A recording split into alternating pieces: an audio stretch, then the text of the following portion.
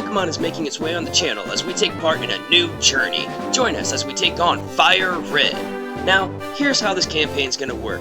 It's gonna be a lot like normal Let's Plays, but with a few twists. I have to battle every trainer. That includes gyms, hideouts, and routes. They can be in any order, and I can go to the Pokemon Center between battles. But if I ever white out, I have to reset my game to the last story progressed Pokemon Center and try again.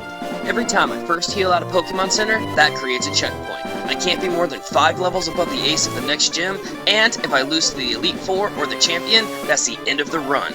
Can I become the very best that Kanto's ever seen? Welcome to the GREEFLOCKE.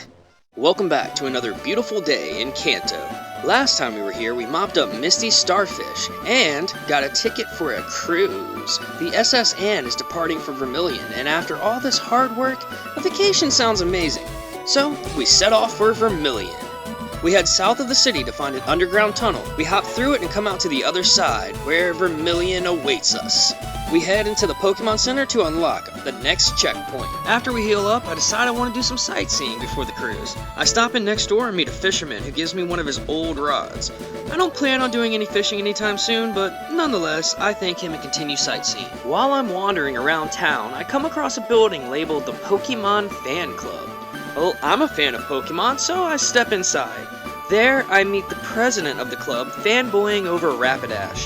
Who knew that there were furries in Pokemon? To thank me for listening to his fanfic, I'm rewarded a bike voucher. This man just practically handed me $1 million. With all the sightseeing out of the way, it was time for the vacation to start. I make my way to the pier and board the SS Anne. I enter and look for my room. The first door I open has a lady that tells me I can sleep with her to feel good. I didn't realize it was that kind of cruise. Bill, you dog, you. After a quick cuddle, I left still searching for my cabin. The next room I enter, I'm challenged by a man with his guard dogs. I would react the same way if somebody broke into my room. Unfortunately, he's no match and I take him down. I scurry out to the hallway. My room has to be here somewhere. I'll battle everyone on this ship if I have to. Nothing's gonna stand between me and this well-deserved vacation. I go door to door battling anyone defending their privacy. The few Nidoran I battled did nothing but remind me of the second permanent member of the team who would be joining us soon. After I was done with the first floor, I made my way to the galley.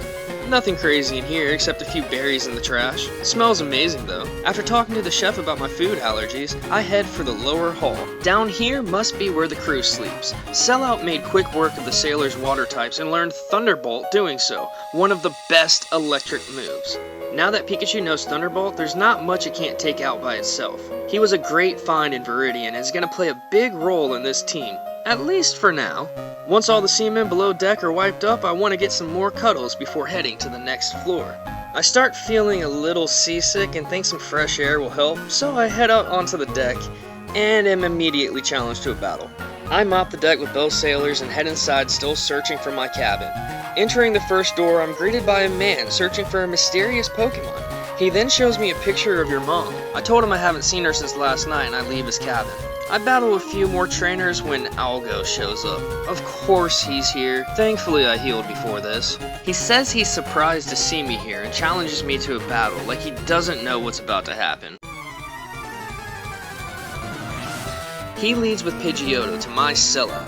It quick attacks before one Thunderbolt takes it out. Next up is Raticate, so I switch to Miss Piggy. It OHKOs with a Karate Chop. He then sends out his own Kadabra. I know it's risky, but I stay in and hit with another Karate Chop, and almost OHKO to a confusion. Miss Piggy hangs on with 6 HP. I'm faster, so I finish off Kadabra with another Karate Chop. Last up is Wartortle, so I switch into Sellout and one-shot it with a Thunderbolt.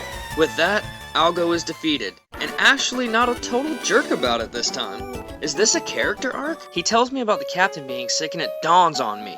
The captain will surely know where my room is, so I head to see him. When I entered his cabin, the smell was horrible as he was curled around his trash can. I decided it was probably best to ask somebody else about my room, but I still rubbed his back to help in some way. He then gives me cut to thank me for the sentiment as I leave.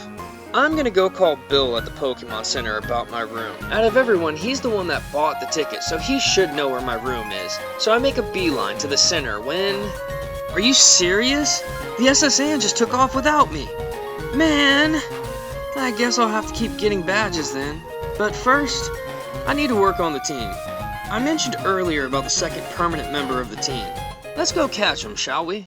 I stop by the Pokemon Center to heal and talk to a girl in line, and she gives me the Versus Seeker, the best item in the game. Then we make our way through Diglett Cave. I run from any wild encounter I can. Arena Trap Magnitude Diglets can wipe the whole team if I'm not careful. We make it to the other side and find an aide who gives us Flash and a few random items before we head into the grass between Pewter and Mount Moon to find our second permanent team member. There he is, Nidoran. I can't attack it or I'll kill it, so I switched to sell out for Static Para. Once Nidoran was paired, it was an easy catch. Everyone welcome Jolly Drax to the team. Now that we had Drax, it was time to get that ground typing. Time to grind.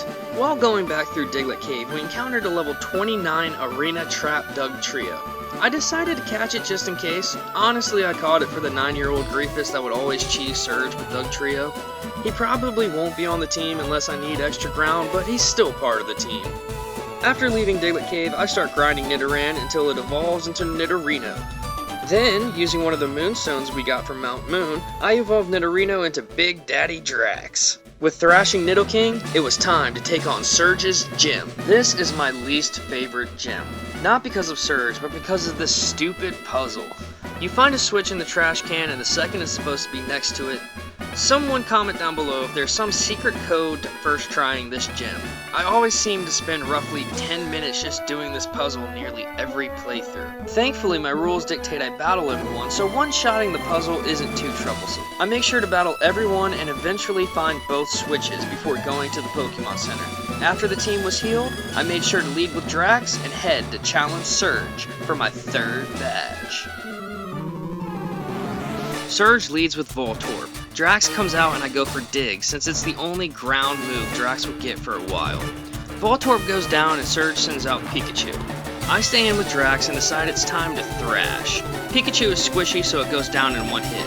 Next is Raichu. The second Thrash hits, but I get confused, as Raichu double teams. Raichu quick attacks and is poisoned by Drax as he hits himself in confusion. Surge uses a Super Potion. I stay in with Drax and he hits another Thrash through confusion. Surge uses a full heal to cure Raichu's poison. Drax snaps out of confusion and connects with another Thrash, ending the battle.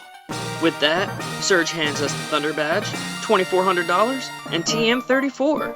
Next stop, Celadon.